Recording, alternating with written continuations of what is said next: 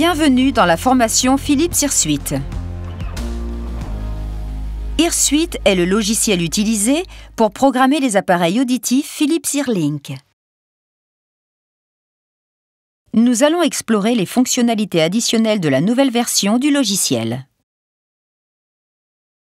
Toutes les fonctionnalités innovantes de la version 19.1 sont désormais disponibles dans un tout nouveau module. La mise à jour 19.2 du logiciel permet d'adapter les nouveaux appareils auditifs Power, dont les styles contour d'oreille Ultra Power et Super Power, dans deux niveaux de performance, 70-20 et 30-20.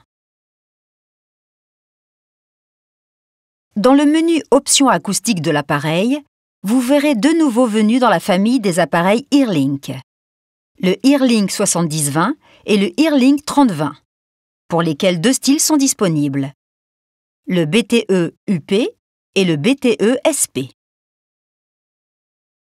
Pour cette démonstration, je vais sélectionner les deux styles disponibles pour Earlink 70-20. Notez que chaque style a une pile de taille différente. Dans le panneau Options acoustiques, les paramètres acoustiques recommandés sont affichés, mais pensez à les modifier en fonction des appareils que porte votre patient. Sachez que lorsque les appareils Earlink 70-20 ou 30-20 sont sélectionnés, la méthodologie d'adaptation par défaut passe de Fit for Speech à DSL5 adulte pour les patients de plus de 18 ans et DSL5 enfant pour les moins de 18 ans. En sélectionnant manuellement la méthodologie de votre choix, vous annulez la méthodologie par défaut prescrite par Earsuite. Il est possible de modifier la méthodologie d'adaptation par défaut pour une adaptation SP-UP dans le menu Outils, Préférences, Réglages par défaut, si votre protocole d'adaptation inclut une préférence de réglage. Pour la majorité des adultes présentant une perte auditive sévère à profonde, le gain cible est automatiquement réglé sur 100%.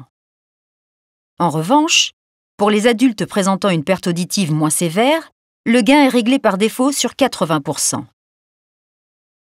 Pour les moins de 18 ans, le gain est toujours réglé sur 100%. Néanmoins, vérifiez toujours le niveau d'adaptation avant de poursuivre le processus. Le deuxième programme est réglé par défaut sur salle de classe, bobine d'induction, qui peut être bénéfique pour les utilisateurs d'appareils Power préférant une entrée via bobine d'induction chez eux et dans les lieux publics comme les églises, les cinémas et les aéroports. Dans le menu Outils puis Préférences, vous pouvez désactiver cette fonctionnalité pour n'avoir qu'un seul programme par défaut lors de votre prochaine adaptation. Pour les appareils Earlink Super Power et Ultra Power, vous pouvez modifier à votre gré le contrôle du volume afin de prendre en compte la plage dynamique réduite typique de ces patients. Vous pouvez adapter la plage de contrôle du volume de plus 10 décibels à moins 10 décibels par intervalle de 1 décibel. Vous pouvez aussi l'ajuster par intervalle de 2,5 décibels. Les petits intervalles de 1 décibel permettent aux patients souffrant d'une perte auditive sévère d'ajuster le volume de leur appareil avec davantage de précision. Le confort d'écoute s'en trouve amélioré, en particulier dans les environnements problématiques où le bruit ambiant peut être trop fort. Passons aux indicateurs visuels, une fonctionnalité destinée aux patients qui ont besoin d'aide pour utiliser leur appareil auditif. Ici, ils sont tous désactivés par défaut. Vous pouvez les activer pour vérifier si les appareils auditifs sont allumés, l'état de niveau de la pile, ou si le patient doit faire réparer ses appareils auditifs en cas de dysfonctionnement. Lorsque vous adaptez un appareil auditif Earlink Super Power pour une oreille en plus d'un implant cochléaire pour l'autre, Vous pouvez accéder à l'assistant d'adaptation du protocole bimodal dans le menu Aide. Appareillage bimodal vous donne accès à un organigramme bimodal sous forme de fichier PDF afin de guider les professionnels pour adapter les deux appareils simultanément. Une version étendue du transfert de réglage est désormais accessible. Elle vous permet de transférer davantage de fonctionnalités d'un appareil auditif vers un autre lors d'un suivi d'adaptation. En plus du gain MPO et du niveau d'adaptation, d'autres fonctionnalités importantes sont également transférées, parmi lesquelles les paramètres des programmes, le contrôle du volume, le transfert fréquentiel, la directivité et la réduction du bruit. Sont également inclus les précédents paramètres des indicateurs et des accessoires. Les résultats des mesures de Larsen et de l'audiométrie in situ effectuées pour l'appareil précédent ne sont pas transférés, ni les appairages d'accessoires. Vous devrez refaire les mesures et réappairer les accessoires. Notez également que les fonctionnalités transférées sont limitées par les options acoustiques et niveau de performance de l'appareil cible.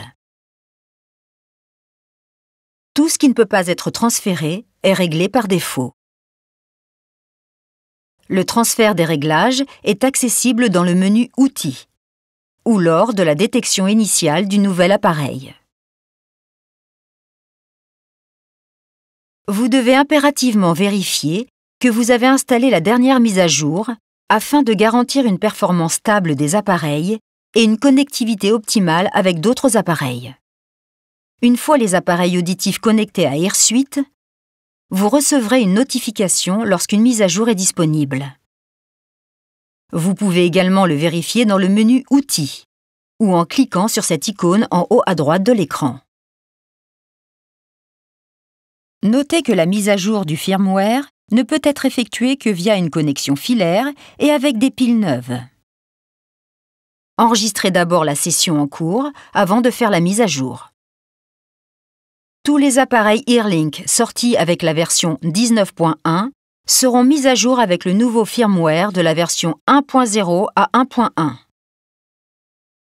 La version 1.1 améliore la performance Bluetooth et permet une meilleure connexion entre votre appareil Android et les accessoires Earlink.